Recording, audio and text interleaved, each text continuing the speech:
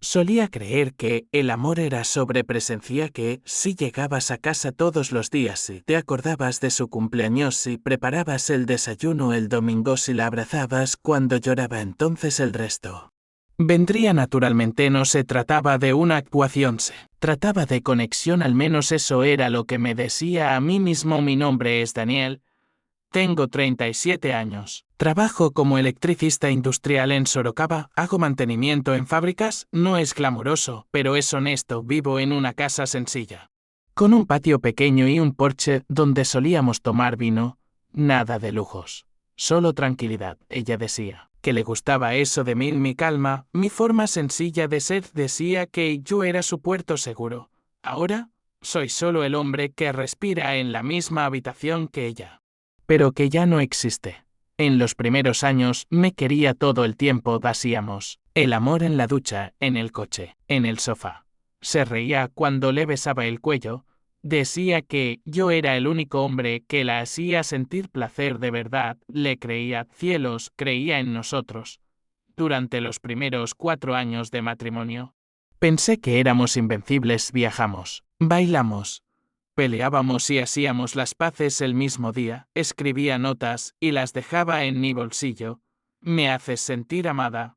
Las guardé todas. Después, alrededor del 5.º año, empezó a cambiar, no de golpe, no con una pelea, solo un lento distanciamiento. Dejó de iniciar, dejó de gemir, dejó de mirarme a los ojos. Después, al principio, pensé que era cansancio. Es arquitecta. Proyectos, clientes, plazos ajustados.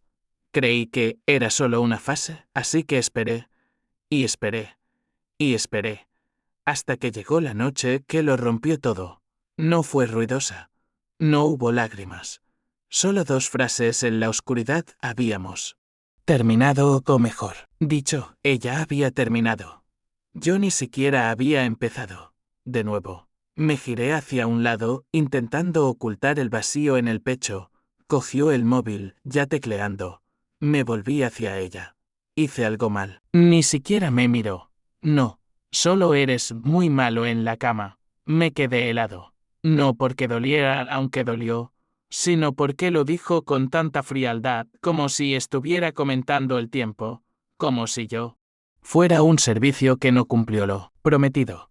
Continuó tecleando. Me quedé allí, mirando al techo, sintiendo el corazón latir despacio, como si ya supiera que algo había muerto. A la mañana siguiente, intenté hablar de anoche. ¿Hablabas en serio? Su estaba aplicando rímel en el espejo. Fue solo lo que sentí. No es sobre ti. Es como es. ¿Y antes? Cuando decías que yo era bueno. Sugirió. Me miró con una expresión casi de lástima. Eso fue antes. Ahora es así. Así fue como empezó. El silencio, el distanciamiento, la invisibilidad. Durante semanas intenté adaptarme, leí artículos, vi vídeos, compré un aceite de masaje caro, intenté de todo. Pero ella solo respondía con indiferencia. Un puede ser aquí. Un no tengo cabeza para eso. Allá nada de cariño. Nada de reconocimiento. Lo peor no fue la crítica, fue lo que vino. Después empezó a salir cena con amigas, happy con colegas. Una semana sí, una no, estaba fuera. ¿Y yo? Me quedaba en casa, tomando cerveza en el porche, escuchando el ruido de los coches pasar. Mi hijo, Lucas, tiene 5 años, preguntaba, papá, ¿mamá ya no viene a cenar? Yo decía, está ocupada, pero yo sabía, no estaba ocupada, solo no quería estar con nosotros. Empecé a fijarme en los detalles. Usaba ropa bonita para salir, pero en casa andaba en chándal. Usaba perfume caro para los eventos, pero dormía con olor a champú. Pasaba horas en el móvil, respondiendo mensajes, pero ignoraba los míos. ¿Y yo? Yo era el marido, el padre, el proveedor. Pero ya no era su hombre. Un día cogí su móvil por accidente. Estaba en la mesa de la cocina. Sonó. Apareció una notificación. No era de trabajo, era de un grupo llamado Solo Nosotros. No lo abrí. Pero vi un nombre, Tiago. No sabía quién era, pero lo sentí. Aquello no era un amigo, que era algo más, pero no dije nada porque, en el fondo, ya lo sabía. Cuando una mujer dice que eres malo en la cama, no es sobre ti, es sobre la excusa perfecta para justificar lo que ella ya ha decidido hacer. ¿Y yo todavía estaba allí, pero ya no creía, ya no sentía, ya no esperaba.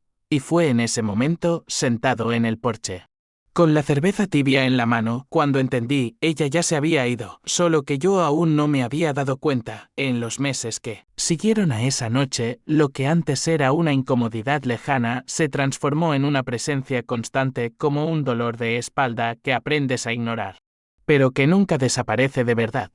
Seguía viviendo en la misma casa, durmiendo en la misma habitación, compartiendo el mismo techo con ella, pero era como si estuviéramos en universos paralelos. Ella vivía en el suyo lleno de mensajes, compromisos, risas fáciles con otras personas, y yo vivía en el mío, donde todo era más lento, más pesado, más silencioso.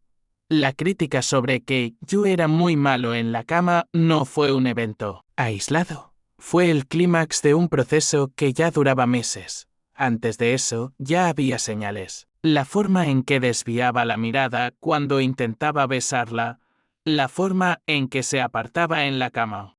Como si mi contacto fuera una interrupción, las respuestas secas cuando le preguntaba cómo le había ido el día. Normal, agotador. Luego te cuento. El luego nunca llegaba. Recuerdo un sábado, justo después de esa noche, intenté retomar algo, no el sexo, sino la conexión.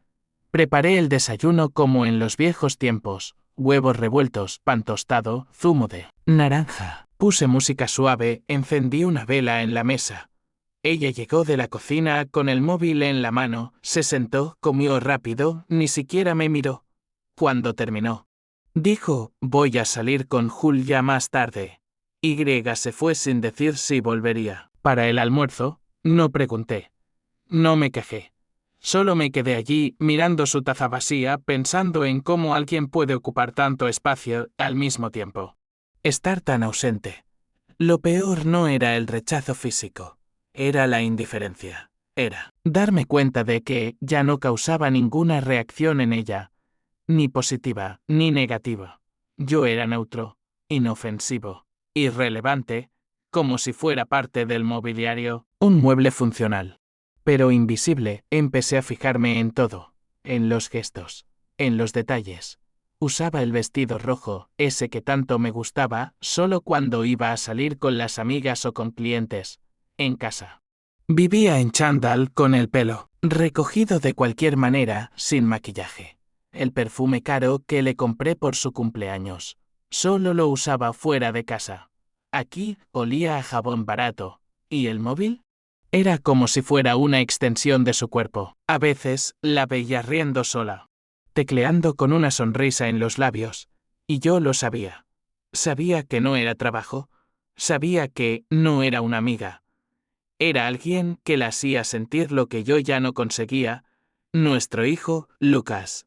Empezó a notarlo. Una noche, mientras lo acostaba, me preguntó, papá, ¿mamá está enfadada contigo? Lo abracé y le dije que no. Solo está cansada. Pero insistió, pero siempre está cansada. ¿Tú no estás cansado? La pregunta me partió, porque lo estaba. Cansado de fingir. Cansado de esperar. Cansado de amar a alguien que ya se había ido. Intenté hablar de nuevo. Una tarde, cuando llegó del trabajo, me senté con ella en el porche. Tenemos que hablar, le dije. Suspiró como si la estuviera molestando. ¿Sobre qué? Sobre nosotros. Sobre cómo están las cosas. Miró el móvil, luego a mí con una expresión casi de lástima. Daniel. Y ya te lo dije. No es sobre ti. Es que ya no hay llama. Ya no hay deseo. ¿Y antes la había? Pregunté. Antes decías que yo era bueno, que me querías. Desvió la mirada. Las cosas cambian. Las personas cambian. ¿No crees que yo he cambiado? Creo que sí. Pero no cambiaste tú sola. Fuimos nosotros. Y ni siquiera lo intentamos. No respondió. Solo se levantó. Dijo que necesitaba ducharse y se fue, una vez más. Me quedé solo con el silencio. Fue ahí cuando decidí dejar de luchar. No con rabia, no con drama, con claridad, con calma. Entendí que ya no servía de nada intentar reconectar con quien ya había elegido desconectarse. Podía esforzarme, podía cambiar, podía incluso convertirme en otro hombre, pero si ella no quería verme, nada de eso importaría. Entonces empecé a alejarme. Por dentro, emocionalmente, físicamente. Todavía estaba allí, pero, en el fondo, ya me había ido. Dejé de esperar mensajes. Dejé de quedarme despierto esperándole llegar. Dejé de planear sorpresas. Dejé de pedir atención. Y, al hacer eso, sentí algo extraño, paz. Una paz pesada. Dolorosa, pero real, como si finalmente estuviera respirando después de años ahogándome. Un día llegó a casa y me vio en el porche tomando cerveza, escuchando música. ¿Estás bien?, preguntó. Estoy bien, respondí. Solo cansado. Se sentó a mi lado, pero no dijo nada. Solo se quedó allí mirando al patio. Fue la primera vez en meses que hacía eso. Estuvo presente. Pero era tarde. Porque, en ese momento, yo ya no sentía la necesidad de llenar el silencio. Ya no necesitaba su aprobación.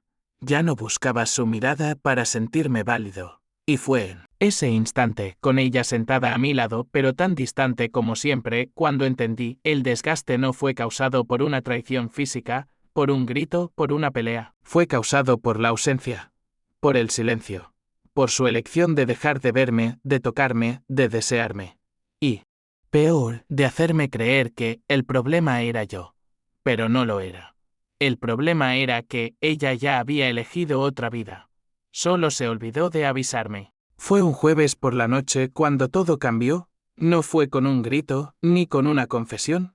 Fue con un silencio. Un silencio que cargaba dentro de sí el peso de meses de indiferencia, de humillación, de amor no correspondido.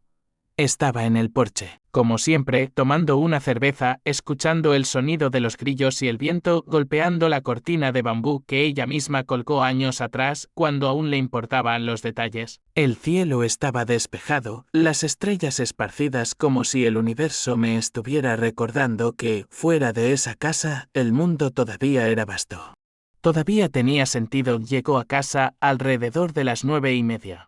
Vestida como si fuera un evento importante, vestido negro ajustado, tacones altos, pelo recogido en un moño elegante, perfume caro. Se detuvo en la puerta del porche. Me miró como si yo fuera un vecino cualquiera. Voy a salir con Julia, dijo como si necesitara avisar. De acuerdo, respondí, sin apartar los ojos del horizonte. Dudó. No esperaba eso. Esperaba un puedo ir, un vas a volver tarde. Algo que demostrara que yo todavía estaba atado a su aprobación. Pero no hubo nada. Solo el sonido de mi botella de cerveza golpeando suavemente el hormigón entró. Yo me quedé. 1 hora después oí el ruido del coche al salir. Fui adentro, lavé mi vaso, le di un beso a Lucas, que ya dormía. Y fui a la habitación. Nada de rencor. Nada de tristeza. Solo una calma extraña, como si me estuviera despidiendo de algo que ya no existía. Fue entonces cuando vi su móvil en la mesilla de noche. Siempre lo llevaba consigo, pero esta vez lo olvidó. O quizás lo dejó a propósito, como si estuviera probando mi lealtad. Sea como fuere, allí estaba. Pantalla boca abajo. Cargando. No pensé en cogerlo. No inmediatamente. Fui al baño. Me lavé los dientes, me preparé para dormir. Pero cuando volví, el móvil todavía estaba allí, y, por un instante, sentí como si toda la habitación contuviera la respiración. Levanté la pantalla, estaba desbloqueado. Y, en ese momento, algo dentro de mí se rompió, no de rabia, sino de certeza. Porque, si no lo había bloqueado, era porque no tenía miedo de que yo lo viera. O porque quería que lo viera. Abrí los mensajes. El nombre que apareció en la parte superior de la lista no era el mío. Era Tiago, no sabía quién era, pero el historial de la conversación me lo dijo todo. Mensajes cortos, íntimos, cargados de deseo, echo de menos tu beso. ¿Estarás libre el viernes? Te quiero de nuevo. Y, justo debajo. Una foto. No explícita, pero suficiente, un primer plano de su cuello, con un collar que nunca había visto. Y, al lado, una mano masculina, con un reloj que no era mío. Me quedé quieto, sin reacción, sin llanto, sin gritos. Porque, en realidad, ya lo sabía. Solo no tenía el valor de admitirlo.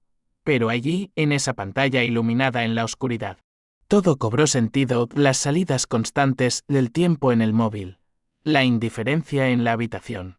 La frase, cruel, eres muy malo en la cama, era una excusa, un escudo, una forma de justificar lo que ella ya había decidido. Ya no me quería, pero no porque yo fuera malo, porque ella ya había elegido a otro. Cerré el móvil. Lo puse de nuevo en su sitio y, por primera vez en meses, sonreí. No era una sonrisa de alivio, era de claridad. Porque, cuando ves la verdad con tanta nitidez, ya no hay espacio para la ilusión. A la mañana siguiente llegó a casa temprano, aún con el vestido de la noche anterior, pero desarreglado. Entró en la habitación, me vio despierto, sentado en la cama. Y dijo, ¿dormiste bien? La miré. ¿Te acostaste con él? Se quedó helada. ¿De qué estás hablando? De Tiago. De la foto. De los mensajes. Se puso pálida. ¿Has mirado mi móvil? No fue necesario. Lo dejaste abierto, respiró hondo como si estuviera preparando una defensa. Daniel. Yo no quería que fuera así. ¿Cómo querías que fuera? ¿Que siguiera fingiendo? ¿Que creyera que el problema era yo? No es sobre ti. Es que hemos cambiado. No, tú cambiaste. Y yo fui el último en darme cuenta. Se sentó en el borde de la cama. Intentó tomar mi mano. La aparté. Todavía. Te quiero, dijo con la voz temblorosa. Entonces, ¿por qué me hiciste sentir que no valía nada? No respondió. Porque no tenía respuesta. El amor no humilla. El amor no ignora. El amor no cambia a un hombre por otro y luego lo culpa por no ser lo suficientemente bueno. Esa fue la primera vez que lloró desde que todo empezó. No fue un llanto fuerte, fue silencioso. Del tipo que llega demasiado tarde. No la consolé. Porque, cuando alguien te hace sentir invisible durante meses, no tiene derecho a pedir presencia en el momento en que es descubierto. Me puse de pie. Fui al armario. Cogí una maleta pequeña. Empecé a meter algo de ropa. ¿Qué estás haciendo?, preguntó, asustada. Yéndome. Pero, ¿y Lucas? Su quedará conmigo. Al menos los fines de semana. Puedes verlo cuando quieras. Pero no vuelvo a esta casa. No después de esto. Se levantó. No puedes simplemente irte. Ya me fui, solo que tú no te habías dado cuenta. Y, con eso, cerré la maleta, cogí las llaves del coche y salí. No miré hacia atrás, porque, en ese momento, no estaba dejando solo una casa, estaba dejando un matrimonio que ya había muerto. Por primera vez en mucho tiempo, me sentí ligero. No feliz, pero libre, y lo peor no fue la traición, fue saber que, mientras me esforzaba por ser un buen marido, ella me estaba borrando de su propia historia. Pero ahora volvía a xistir.solo.piro. Entero, después de esa noche, cuando la confronté sobre Tiago y decidí irme con Lucas, algo cambió dentro de mí. No fue rabia, no fue venganza. Fue algo más profundo, una especie de quietud, como si, después de años intentando entender qué estaba mal conmigo, finalmente hubiera entendido que el problema nunca fui yo. Fue la ilusión de que todavía podía arreglar algo que ya estaba muerto. Me quedé en casa de mi hermana durante una semana. No hizo preguntas. Solo abrió la puerta, me abrazó y dijo, ¿estás en casa? Mi sobrino, Pedro, de 9 años, me miró y dijo, tío, pareces como si acabaras de salir de una guerra. Sonreí. ¿Es que acabo de salir? Sí, en ese tiempo, no la llamé. No respondía a los mensajes. Dejé el móvil en modo silencioso como si me estuviera curando de una adicción. Porque, en el fondo, era eso, era adicto a la esperanza. La posibilidad de que un día me mirara y dijera, vuelve. Me di cuenta. Me equivoqué. Pero ya sabía que, si decía eso, no sería por amor. Sería por miedo. Miedo a perder lo que aún tenía bajo control. Y no quería volver por miedo. Quería volver por elección. Y, en ese momento, mi elección era no volver. Fue en la tercera noche, en casa de mi hermana, cuando decidí dejar de luchar. No contra ella. Contra mí mismo. Porque, mientras todavía esperaba, todavía estaba atrapado. Todavía era el marido. Todavía era el hombre que se esforzaba. Todavía era el actor secundario de su vida. Entonces, hice algo simple, borré todas sus fotos de mi móvil. No fue dramático, fue práctico. Seleccioné todas, hice clic en eliminar, confirmé, sin dudar. Después, desinstalé WhatsApp.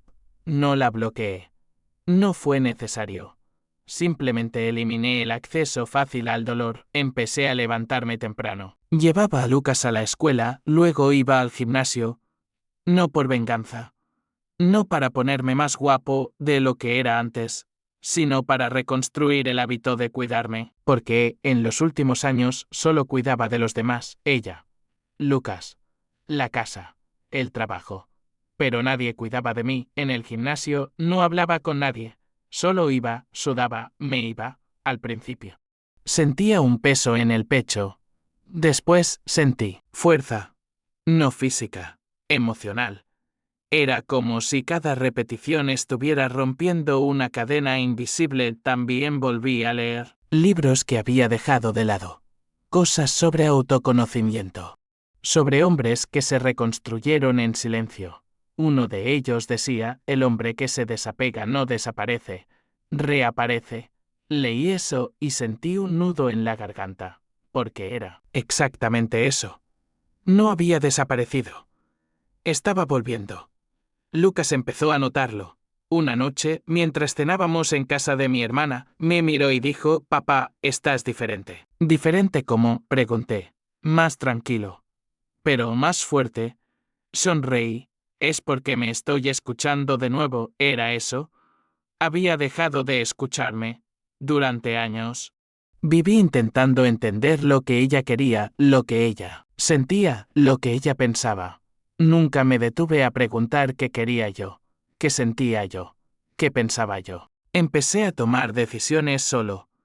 Elegía el restaurante, elegía la película, elegía la hora de dormir, nada más era negociado. Nada más era justificado. Y, con eso, sentí algo que hacía mucho tiempo no sentía, autonomía. No fue fácil. Había noches en que la extrañaba. No a ella, a la idea de ella, a la mujer que un día me miró con deseo, a la esposa que escribía notas, a la madre presente. Pero, cuando la nostalgia llegaba, no la llamaba. No respondía. Solo me sentaba. En el porche tomaba una cerveza y recordaba, ella eligió a otro. Y yo elegí vivir. Fue en este periodo que entendí el verdadero significado del desapego. No es ignorar, no es odiar. Es simplemente dejar de depender. Es dejar de necesitar su aprobación para sentirme válido. Es saber que, incluso sin ella, sigo estando entero. Un día, mi hermana me preguntó, ¿todavía la quieres? Pensé por un segundo. Creo que no. Oh, si todavía la quiero, es como querer a un recuerdo, no a la persona que es ahora. Y fue en ese momento que me di cuenta, el desapego no ocurre en un día. Ocurre en 1000 pequeñas elecciones. En no responder al mensaje. En no mirar sus redes sociales. En no justificar mis acciones. En no pedir explicaciones. El mayor acto de desapego que hice fue simple, dejé de explicarle quién era yo. Porque, si ella no quería verme, yo ya no necesitaba mostrarme. Empecé a vivir como si ella ya no existiera en mi vida.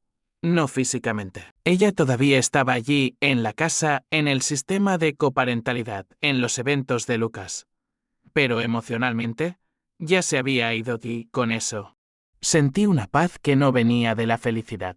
Venía de la claridad. No estaba feliz, pero estaba en lo cierto. Porque, cuando dejas de luchar por un amor que ya ha muerto, finalmente tienes espacio para respirar. Y, en ese silencio, te encuentras a ti mismo. Y así fue como, sin gritos, sin drames, sin acusaciones, me liberé. No, de ella, de mí, del hombre que creía que tenía que demostrar su valía para ser amado. Ahora solo necesitaba demostrármelo a mí mismo, y eso era suficiente, en los primeros días después de irme. No hice planes, no pensé en el futuro, solo viví el presente como si cada respiración fuera un acto de resistencia. Quedarme en casa de mi hermana me dio un refugio. Pero también me obligó a enfrentar lo que había pospuesto durante años, la necesidad de reconstruirme, no por venganza, no para demostrarle algo a ella, sino para demostrarme a mí mismo que todavía existía. Empecé con lo básico.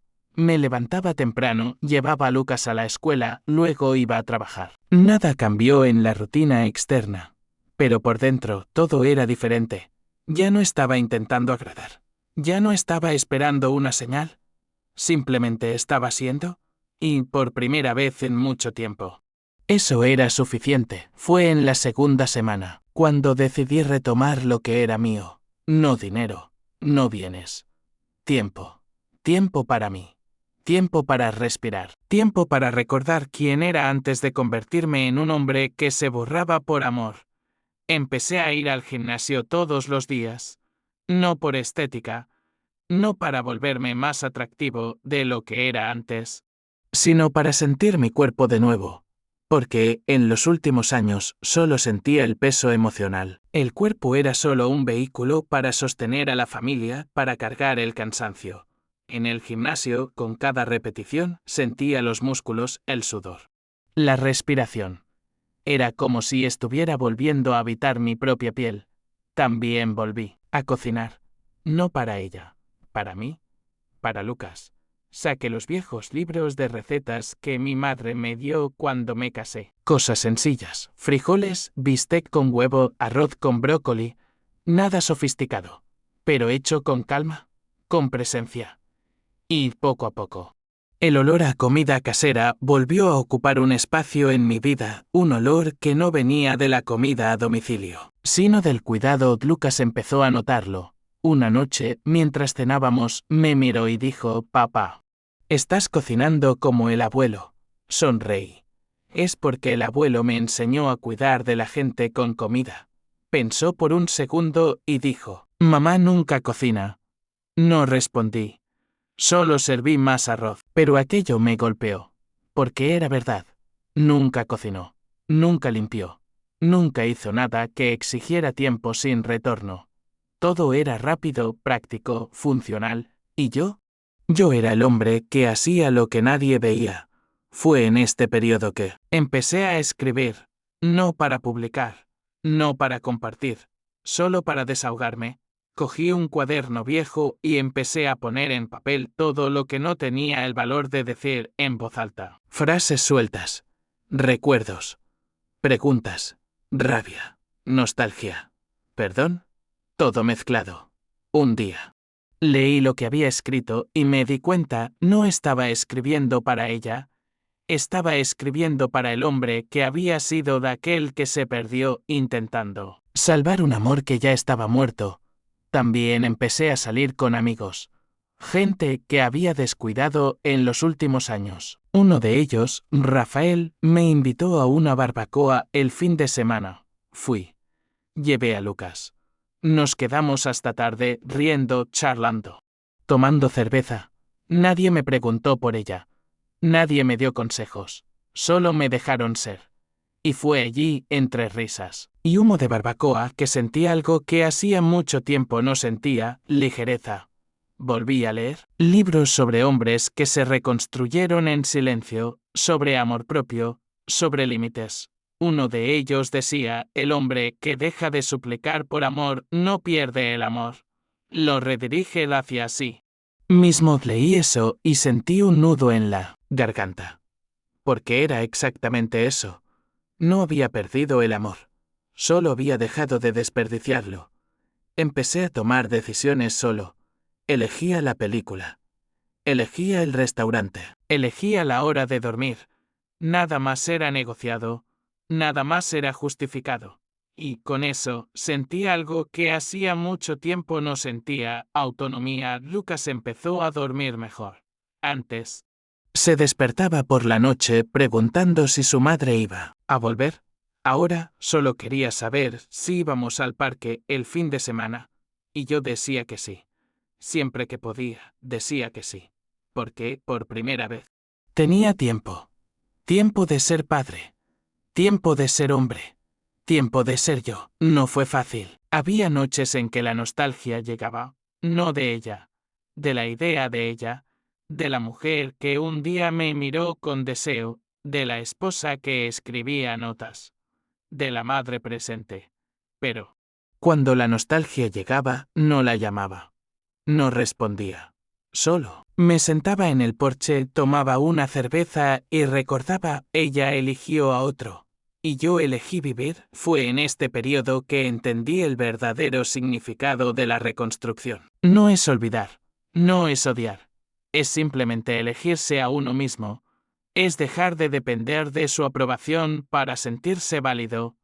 Es saber que, incluso sin ella, sigues estando entero. Empecé a vivir como si ella ya no existiera en mi vida. No físicamente. Ella todavía estaba allí, en la casa, en el sistema de coparentalidad, en los eventos de Lucas. Pero emocionalmente, ya se había ido y, con eso, sentí una paz que no venía de la felicidad. Venía de la claridad. No estaba feliz, pero estaba en lo cierto. El primer indicio de que el juego había cambiado llegó 3 días después de que me fuera de casa de mi hermana y alquilara un pequeño apartamento al otro lado de la ciudad. No fue un grito. No fue una escena dramática. Fue un mensaje. Simple, corto, pero cargado de una desesperación que nunca antes había oído en ella. ¿Puedo hablar contigo? No era necesito hablar contigo, no era tenemos que hablar, era una petición. Una súplica disfrazada de pregunta. Y, por primera vez, quien pedía permiso era ella. Respondí solo con un puedes, después de 6 horas. Sin prisa. Sin ansiedad. Solo el silencio como respuesta, seguido de una mínima brecha lo suficiente para que sintiera el peso de la incertidumbre. Quedamos en un café tranquilo. Cerca del parque, donde solíamos llevar a Lucas los domingos de sol. Elegí un rincón. Al fondo, lejos de la ventana, donde pudiera ver la puerta de entrada. Llegué temprano. Pedí un café solo. Me quedé mirando a la gente entrar y salir.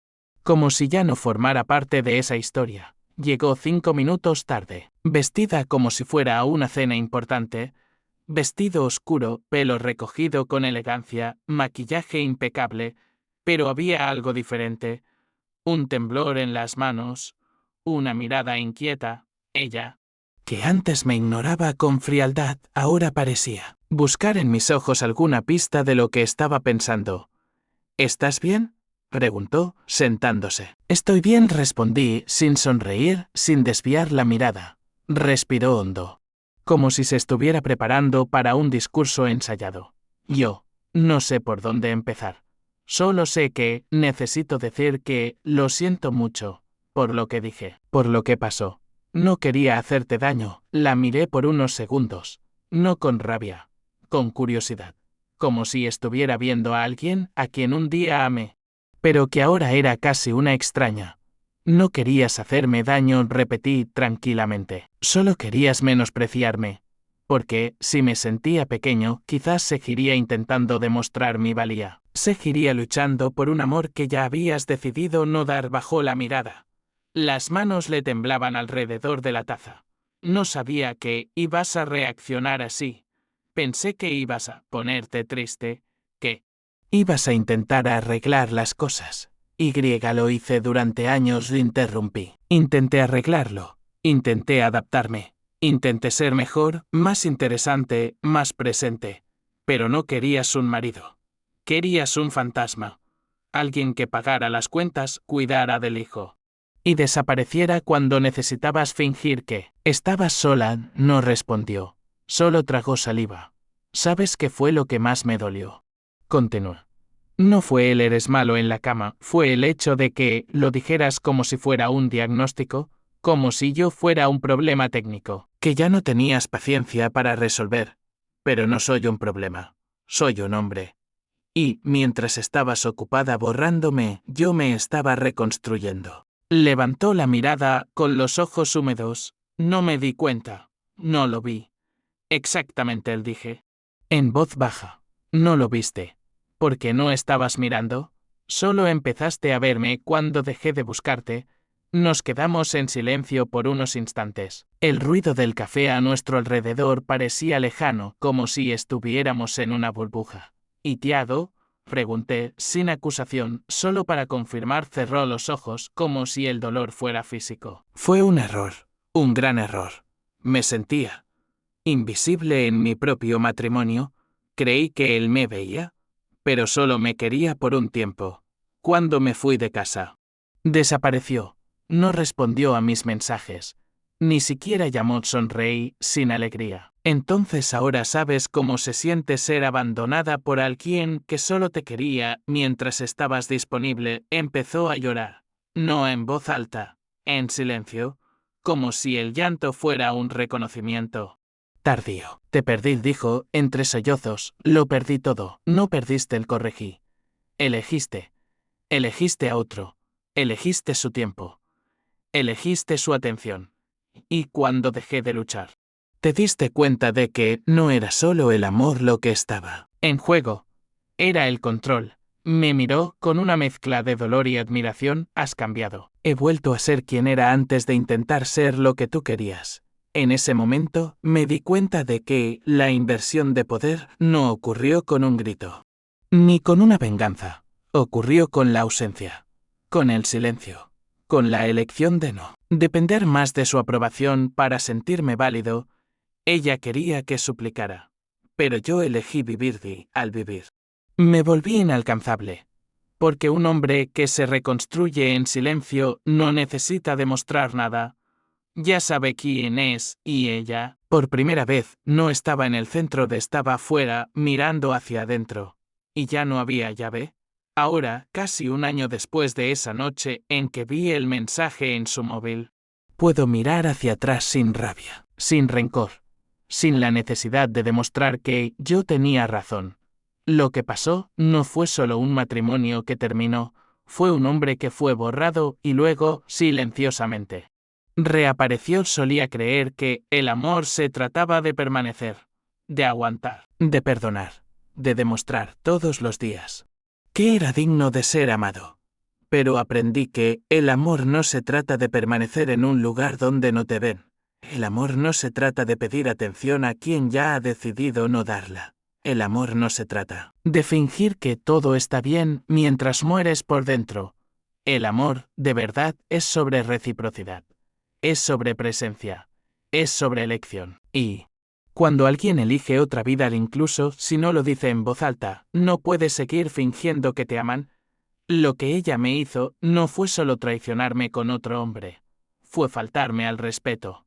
Fue menospreciarme. Fue hacerme creer que el problema era mi cuerpo, mi actuación, mi energía, cuando, en realidad, el problema era su ausencia. Su elección de borrarme poco a poco hasta que me convertí en un fantasma en mi propia casa. Pero lo más cruel no fue la traición, fue el hecho de que, mientras me esforzaba por ser un buen marido, un buen padre, un buen hombre, ella me estaba tratando como un servicio que no cumplió el contrato, como si fuera desechable, como si no tuviera sentimientos, como si no mereciera dignidad, y, sin embargo, fue en ese fondo donde me reconstruí, no con gritos, no con venganza, con silencio, con elecciones, con límites, con el coraje de dejar de luchar por un amor que ya se había ido. Hoy vivo en un apartamento pequeño, pero mío. Me levanto temprano, llevo a Lucas a la escuela, trabajo, me cuido, voy al gimnasio, leo, escribo, hablo con amigos. Y cuando pienso en ella, no siento dolor. Siento claridad. Porque, al final, no me quitó nada. Solo me mostró lo que ya sabía, pero no quería admitir que valía más que el lugar que ella me daba. Creyó que, al decir que yo era muy malo en la cama, me heriría para siempre. Pero, en realidad, ese fue el empujón que necesitaba. Porque, cuando escuchas algo tan cruel dicho con tanta frialdad, entiendes, no es sobre ti. Es sobre su conveniencia. Es sobre la excusa perfecta para justificar lo que ella ya había decidido hacer. Cuando leyó el mensaje en mi móvil, que ni siquiera tuve que esconder porque ya no me importaba más. No vio a un hombre traicionado, vio a un hombre que ya se había ido. Y eso dolió, porque, por primera vez, se dio cuenta de que ya no era el centro. Era la espectadora. El verdadero poder no está en humillar. Está en desapegarse, no está en controlar. Está en liberarte. Cuando un hombre decide dejar de suplicar por amor, no pierde. Se encuentra, no me convertí en otra persona, volví a ser quien era antes de intentar amoldarme para caber en el espacio que ella me dejaba de. Con eso, entendí algo que va más allá del matrimonio, del divorcio, de la traición. Un hombre solo es invisible cuando acepta ser invisible.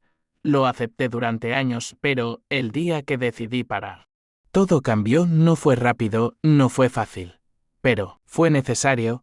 Hoy, Lucas me dice que sonrío más, que parezco más ligero. Y tiene razón, porque ya no estoy cargando el peso de un amor que no existía.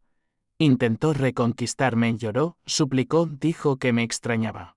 Pero no volví, porque no se vuelve con quien te hizo sentir que no valías. Nada di. Al final, no fue sobre venganza.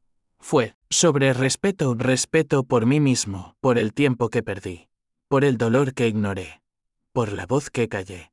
Ya no tengo tiempo para un amor que necesita excusas. Ya no tengo tiempo para relaciones donde estoy en segundo plano. Ya no tengo tiempo para vivir a la sombra de quien eligió otra luz.